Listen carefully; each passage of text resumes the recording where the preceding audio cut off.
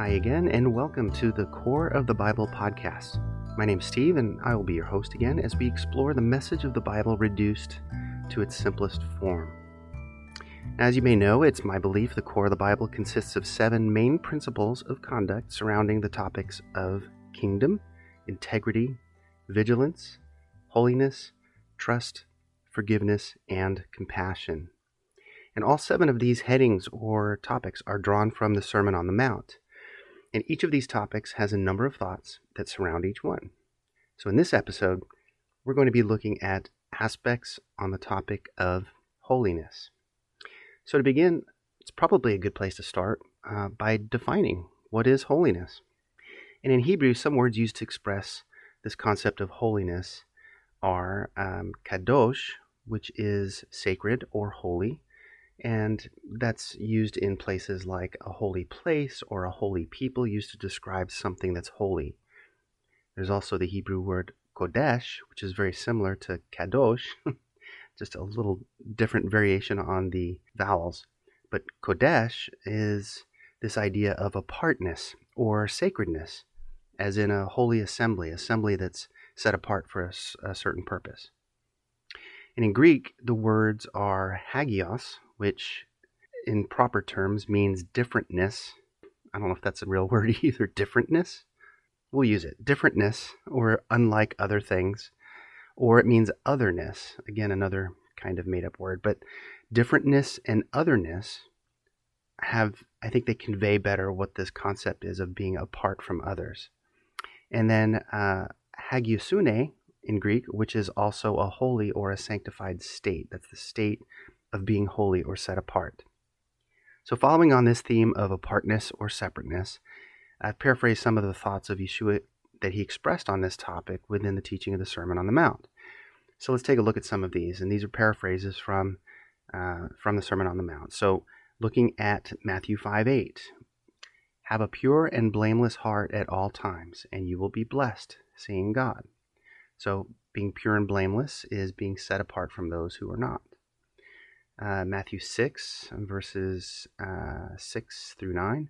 Make every effort to pray in a private place, simply and sincerely. So there's an opportunity to be set apart from everybody else because you're doing something privately and sincerely from your heart. You're praying. In Matthew 6:17, Yeshua says, when you fast, take measures to be certain it's not obvious to others. So when you're fasting, you're set apart from everybody else. You're doing something that everybody else is not doing. Matthew 5:31, Yeshua says, never forsake your commitment to your spouse, and do not even think about others lustfully in your heart. And certainly that's an admonition for us today to be separate from the world around us, where that's not necessarily the case. We need to obviously remain set apart from others by remaining committed to our spouses. Matthew 5, verse 4, Yeshua says, grieve for unrighteousness, and you will be blessed, as God will be near to comfort you. So grieving for unrighteousness is not something the rest of the world typically does. They don't see any value in being righteous, and so why would they grieve for unrighteousness? And they may be frustrated that they see how dysfunctional the world can be and how dysfunctional things are in their own lives, and they may grieve for that. And ultimately, that type of grief can lead to repentance, at least that's what the Bible teaches. But by and large, most people do not grieve for unrighteousness. They're just unhappy with it. But when you grieve for unrighteousness, you're grieving as God grieves. You're being made sad by the same things that make God sad. And then in Matthew 6:22, the lamp of the body is its gaze, and with clear vision your whole being will shine brightly.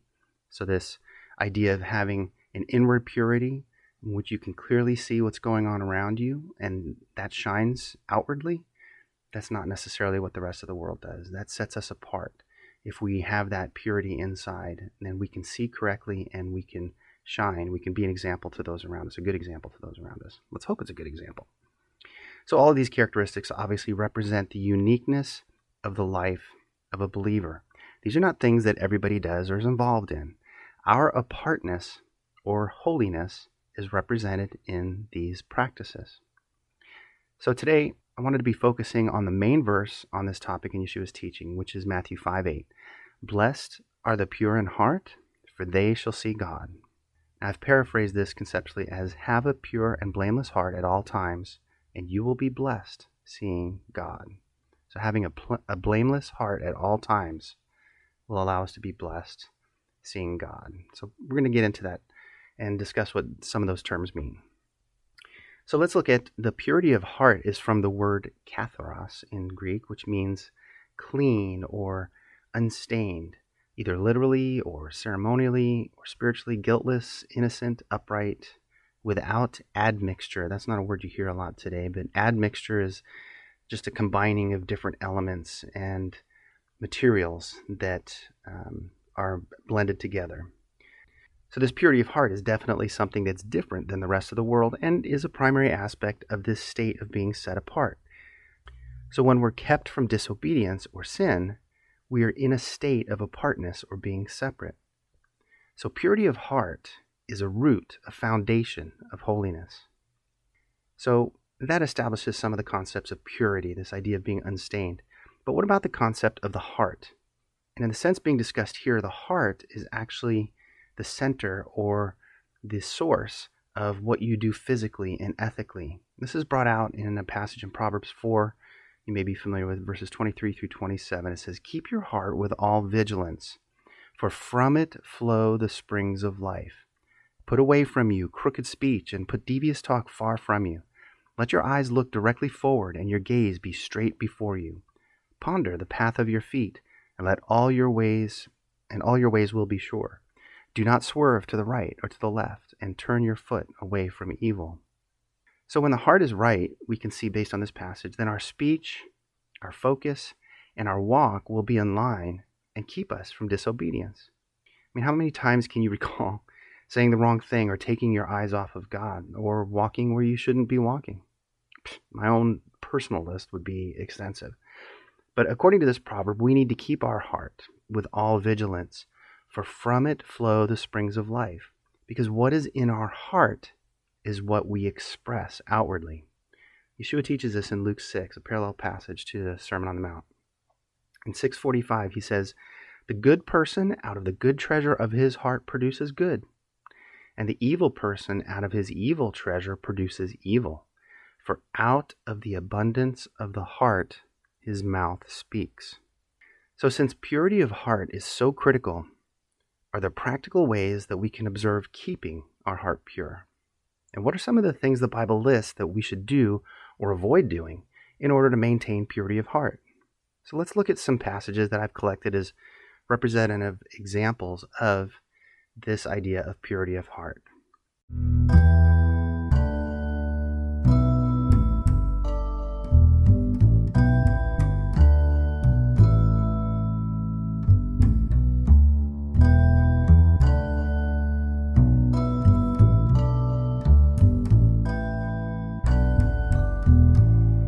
We can start in Psalm 51, verses 10 and 13.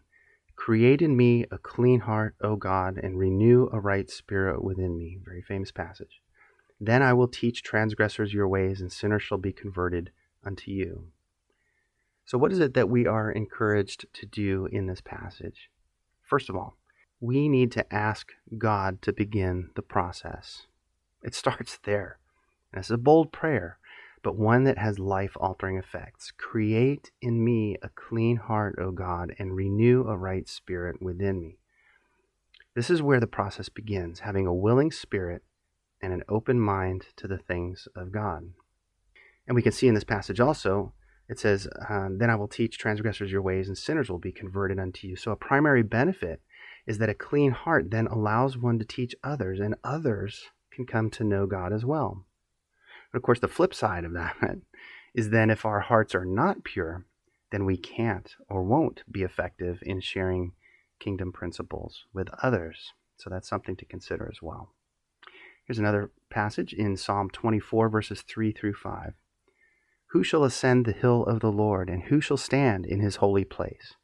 He who has clean hands and a pure heart, who does not lift up his soul to what is false, and does not swear deceitfully. He will receive blessing from the Lord and righteousness from the God of his salvation."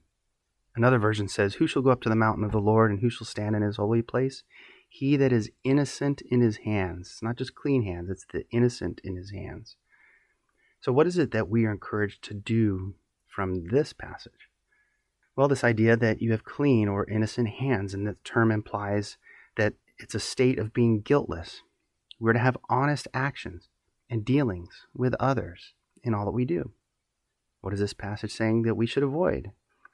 Well, it says we should avoid lifting up the soul to what is false or vanity. And this idea of falseness or vanity is conveyed in a Hebrew word, shav, which is a destructive type of evil, or that which is usually associated with idolatry. And of course, the evils of idolatry are all through the Bible, and Israel is constantly lapsing into poor judgment and following the idolatry of the nations around them and not doing what is right, because they are constantly taking their eyes off of God and serving the idols of the nations around them. And they are constantly rebuked for this. And ultimately, that's what led to their destruction.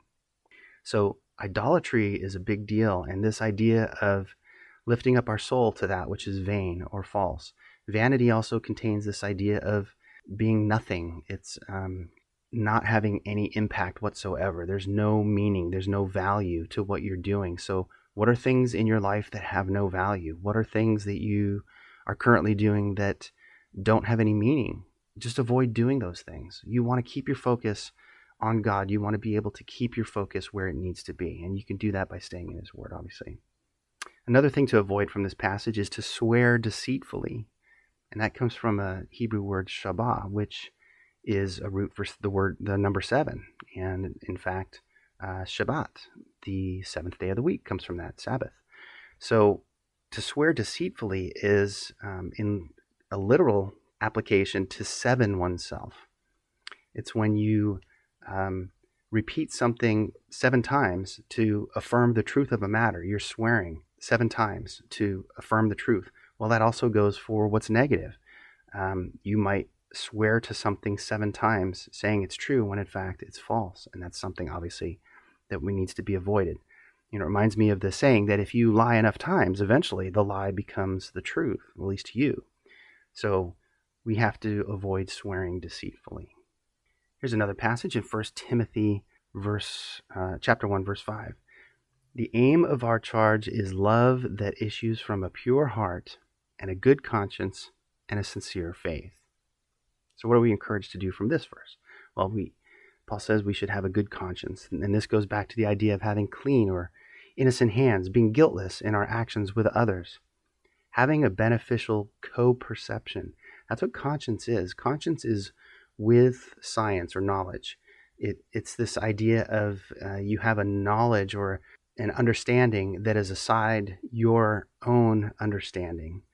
That co-perception is a root of keeping people on the straight and narrow. They don't want to do things against their conscience. And again, that's another aspect of apartness. Some people don't listen to their conscience. As part of holiness and part of being set apart and having a pure heart, we need to have a good conscience by doing what's right at all times. This passage also says to have a sincere faith. This is a conviction or a deep persuasion which is unfeigned. It's not faked, and it's without hypocrisy. And the benefit is that when we have a good conscience and a sincere faith, that love will issue from our heart to others, and that's ultimately the goal. Here's another passage in 1 Peter chapter 1, verse 22. Having purified your souls by your obedience to the truth for a sincere brotherly love, love one another earnestly from a pure heart. So we're encouraged from this passage to obey the truth. Don't just say that you obey the truth. Don't just say you believe that the Bible's true.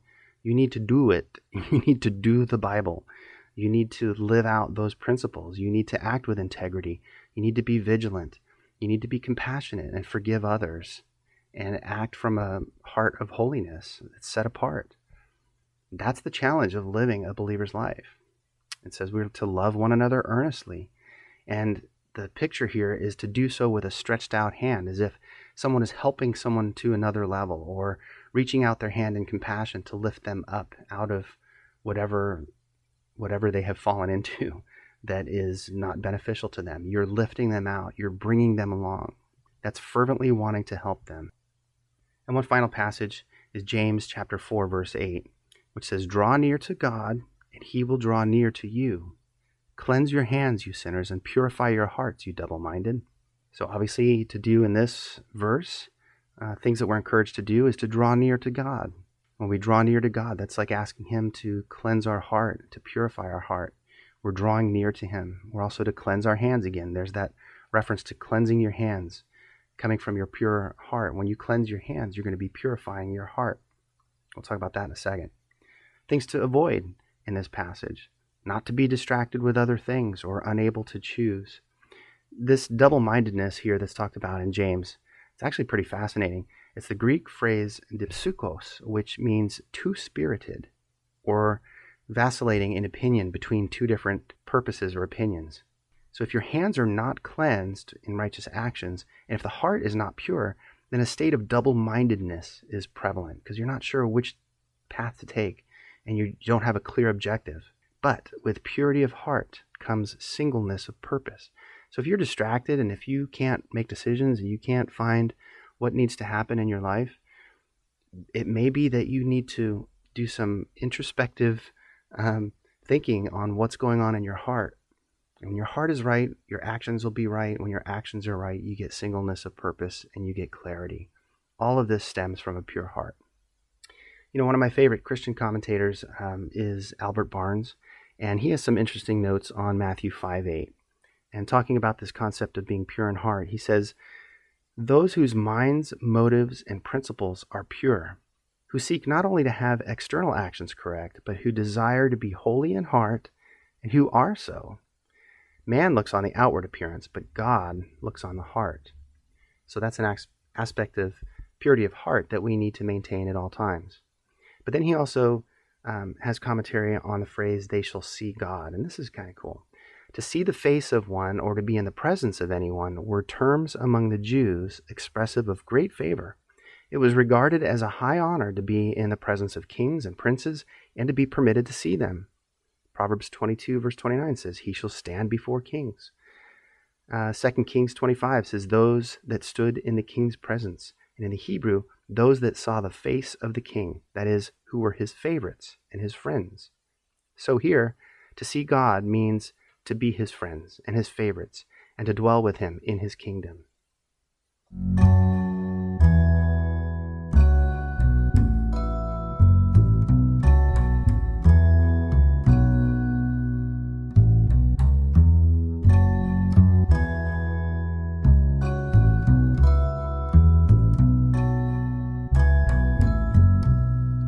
Now, additionally, the Bible tells us that the heart doesn't just need to be pure, it needs to be continually purified.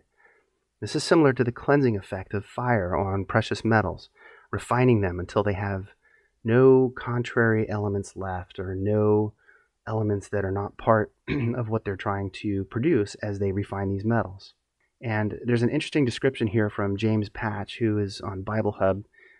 It's just a quote that they had posted there, and I thought it was very interesting about the refining process, how it works, and as it's referenced so many times in the Bible. And he says most of the Bible references are to the refining of silver. And the silver used by the ancients was probably obtained by smelting lead sulfide ore, which is rich in silver. And after the ore had been reduced to a metallic condition, the lead was separated from the silver by blowing hot air over the surface of the melted metal. And the lead was thus changed to lead oxide, which, in a powdered condition, was driven away by the air blast. And the resulting lead oxide, called in the Bible silver dross, that may be a familiar term to you, it was used for glazing pottery. He continues, in a figurative sense, in the various Bible references, the refining of precious metals is used figuratively to illustrate the kind of trial that God's children are called upon to go through. And if they're of the right metal, the dross will finally be blown away, leaving pure, clear, shining silver. If of a base metal, they will be like the dross described in Jeremiah 6. The refiner may blow fiercely, but in vain, for nothing but lead dross appears. So I found that fascinating. Obviously, this idea of refining has to do with cleansing and purifying. And so here are some of those refining verses just to give you some perspective. Psalm 66:10, "For you, O God, have tested us. You have tried us as silver is tried." That word tried is the refining. Proverbs 25:4, "Take away the dross from the silver, and the smith has material for a vessel." Isaiah 48:10, "Behold, I have refined you, but not as silver. I have tried you in the furnace of affliction." Daniel 12, verse 10, "Many shall purify themselves and make themselves white and be refined. But the wicked shall act wickedly, and none of the wicked shall understand, but those who are wise shall understand." Zechariah 13:9, "And I will put this third into the fire and refine them as one refines silver and test them as gold is tested. They will call upon my name and I will answer them. I will say they are my people and they will say the Lord is my God." Malachi 3, verse 3, "He will sit as a refiner and purifier of silver, and he will purify the sons of Levi and refine them like gold and silver, and they will bring offerings in righteousness to the Lord." So through all of these, we can see that refinement is the state of being free from a mixture of false and true until only what is sincere and genuine remains. Let me say that again. Refinement is the state of being free from a mixture of false and true until only what is sincere and genuine remains. And this is a process, not an instant occurrence. As you can tell from these passages, some of this refining takes place through affliction, and some is self-induced by those who are wise. The implication, of course, is that if it's not done voluntarily, then God can make it happen by outside means, because he obviously demands his people to be pure and holy. So another example of ongoing refinement is that refinement is like a vine that is pruned of dead, unproductive branches so the plant has energy and room to bear more fruit. And of course, the most famous passage here in reference to this concept is John 15, verses 1 through 8. "I am the true vine," Yeshua says, "and my Father is the vine dresser. Every branch in me that does not bear fruit, he takes away. And every branch that does bear fruit, he prunes, that it may bear more fruit. Already you are clean because of the word I have spoken to you. Abide in me, and I in you. As the branch cannot bear fruit by itself unless it abides in the vine, neither can you unless you abide in me. I am the vine, you are the branches. Whoever abides in me, and I in him, he it is that bears much fruit, for apart from me you can do nothing. If anyone does not abide in me, he is thrown away like a branch and withers, and the branches are gathered, thrown into a fire, and burned. If you abide in me, and my words abide in you, ask whatever you wish, and it will be done for you. By this my Father is glorified, that you bear much fruit, and so prove to be my disciples." It's interesting in this passage, too, is there is a line of thought that's not without merit, that this pruning process actually involves a bit of refinement as well. In the passage here where Yeshua says, "If anyone doesn't abide in me, he's thrown away like a branch and withers. The branches are gathered and thrown into the fire and burned." This idea of the burning of those branches, in popular context is, well, those got thrown away, they're burned, like in the fires of hell or something. But what this thought is that the branches that are pruned and removed are thrown into the fire, and they are refined in the fire. This goes back to the concept of recognizing that if you do not purify your own heart voluntarily, that God can purify it for you for his name's sake. So, interesting concept, something to think about when you think about things being burned. A lot of times it could be their refinement as well. So we have covered quite a bit of real estate today as we've looked at this topic of purity of heart and holiness. And I'm sure there are a lot of thoughts just swirling around in your mind. Let's try and boil some of this down. What are some of the main things that we need to take away from this? So let's review some of the negative actions we should avoid. And of course, this isn't comprehensive, but let's focus on some of the main ones. One of them is lifting up the soul to what is false or what is vanity. Remember, if we're not doing what is correct, if we're doing something that has no value, then it has no value, and we shouldn't waste our time on it. It's vain. It has no meaning, and we should focus on the things that have meaning. Secondly, we have to remember not to swear deceitfully or to reaffirm things that are not true. It's the same thing as sevening yourself. Remember, you don't want to continue to repeat things that are not true, because that does not breed purity. And then also, we don't want to be distracted with other things or unable to choose. We want to be of a single mind and to have singleness of purpose, and that is what fosters a pure heart. And so what are some of the positive exhortations of purity of heart that we should also be practicing? We have to remember, first of all, to ask God to begin the process. We have to remember having clean or innocent hands. That has to do with right actions, to be able to be doing what's right at all times, having those clean hands. Have a good conscience, and to have a sincere faith, a deep conviction or deep persuasion, to obey the truth, not just say that we believe things, but to actually do them, and of course to love one another earnestly. Some passages that speak to this concept of holiness and purity, I would include the following passages. 1 John 3:6, no one who abides in him keeps on sinning. No one who keeps on sinning has either seen him or known him. Because remember, if you're pure of heart, you can see God. 3 John 1, verse 11, beloved, do not imitate evil, but imitate good. Whoever does good is from God. Whoever does evil has not seen God. Again, this concept of being in God's presence or seeing him. And then, of course, one of the most famous passages, Hebrews 12, verse 14, strive for peace with everyone and for the holiness without which no one will see the Lord. There's that concept of seeing the Lord again. So living in this way is what sets us apart from the rest of humanity. And that's ultimately what holiness is, being set apart for God's purpose. Well, that's our lesson today on the concept of holiness by having purity of heart. I hope there may have been one or two truths in there that helped you to see things in a new way and encourage you to draw closer to God or to remain as the branch attached to the vine, but most importantly, allowing you to love others more deeply. You be sure to visit coreofthebible.org to join the conversation or leave comments, access the show notes, and to find free downloadable resources regarding the message of the Bible reduced to its simplest form. That's coreofthebible.org. So thanks again for your interest in listening today. I really appreciate it. And as always, I hope to be invited back into your headphones in another episode to come. Take care.